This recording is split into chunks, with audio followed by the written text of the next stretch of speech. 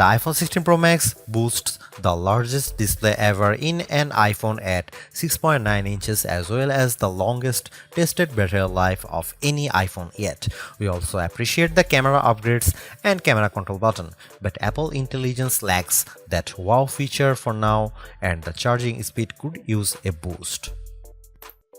The ginormous 6.9-inch iPhone 16 Pro Max starts at $1,199 with 256 GB of storage and goes on sale September 20.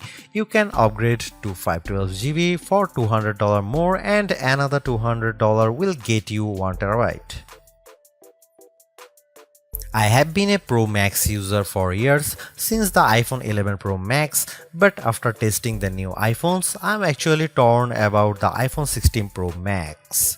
It has the largest display ever of any iPhone at 6.9 inches. Yes, the thinner bezels help keep the device somewhat compact, but it is still taller, wider and heavier than the iPhone 15 Pro Max, which I thought was the near perfect size and weight for a big screen phone.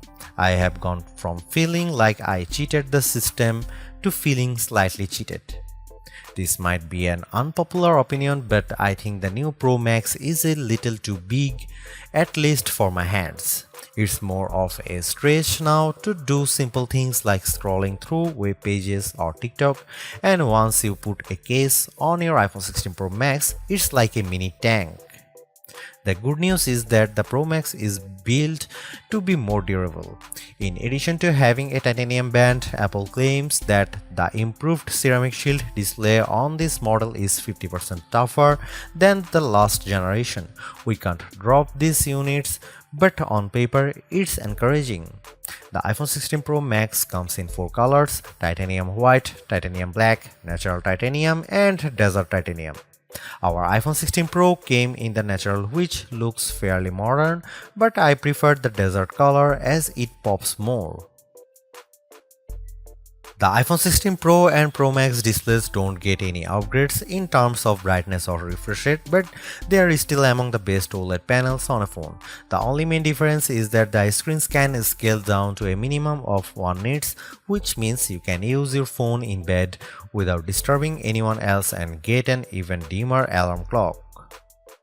Otherwise, the new iPhone 16 Pro Max screen is largely the same, allowing the Pixel 9 Pro to surge ahead in terms of brightness. We measured a max of about 1500 nits for the iPhone 16 Pro Max, while the Pixel 9 Pro XL hit more than 2300 nits. Outside in direct sunlight, the iPhone 16 Pro and Pro Max were both dimmer than the Pixel 9 Pro XL, though Google's phone dimmed faster over time in response to the heat. Other than the display size, the biggest design change to the iPhone Pro Max is the addition of the camera control button. This recessed capacitive button on the right side uses haptic to give you feedback and it launches you straight into the camera. No more having to fumble for the on-screen camera shortcut, and you can now use the action button for another shortcut. This thing is pretty easy to use in both portrait and landscape mode. So what can you do with camera control? A lot actually. A quick press snaps a photo and a long press starts recording a video, but I'm not a fan of the fact that the video stops when you take your finger off the button. You can also slide your finger across the button to zoom in and out, which is pretty smooth. Not as smooth is the double soft press, which launches a sub-menu of various options, from tweaking the depth and exposure to toggling between multiple photographic styles. Camera control works well, but applying just the right amount of pressure and remembering what a single press and double press do takes practice. I also wouldn't recommend taking macro shots with the camera control, as it shook the camera when I got super close to a subject. The iPhone 16 Pro Max gets a bunch of camera upgrades, starting with a new 48 megapixel fusion camera for the main shooter that's designed to read data faster. The result should be zero shutter lag and faster focus. I took some shots of people passing by on scooters and moving taxis at the same time on the iPhone 16 Pro Max and iPhone 15 Pro Max, and the new iPhone was indeed faster. The results were not necessarily sharper though, as you can see in this side-by-side comparison. Here are some camera samples of iPhone 16 Pro Max.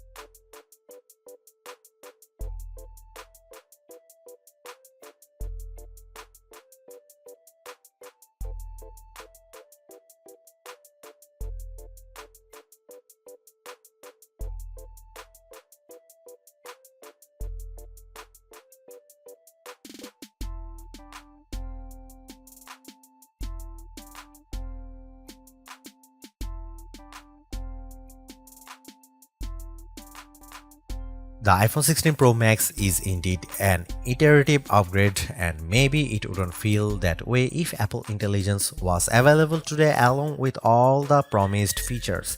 Instead, it's going to trickle out over time, so I would not to be in a rush to upgrade. Having said that, I think that iPhone 16 Pro Max is the best phone money can buy right now if you want the biggest screen and longest battery life. It lags in zoom versus the S24 Ultra, but you get more endurance, better camera quality, and plenty of creative features like photographic styles and audio mix. I actually preferred the AI capabilities of the Pixel 9 Pro XL series with its smarter Gemini Live voice assistant and other features like Add Me for photos and Pixel screenshots. But the Pixel's performance and battery life trail the iPhone 16 Pro Max. For me, the iPhone 16 Pro Max retains its title as the best phone, but it's not because of Apple Intelligence.